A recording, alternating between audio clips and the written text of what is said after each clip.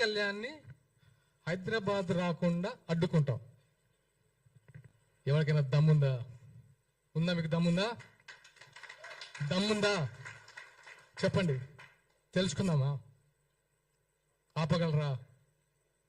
మీకు రాజ్యాంగ విలువలు తెలుసా? రాజ్యాంగ హక్కులు తెలిసే మాట్లాడుతున్నారా?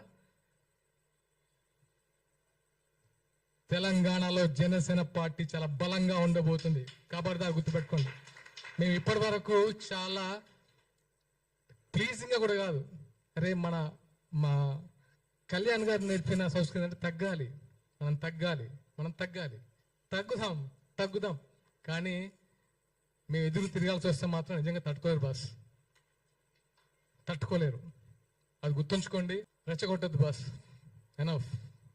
ఎనఫ్. మాకు సహనం ఉంటుంది.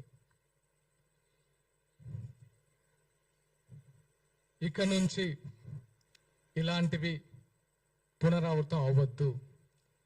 ఇది ఈ రోజుతో ముగిద్దాం.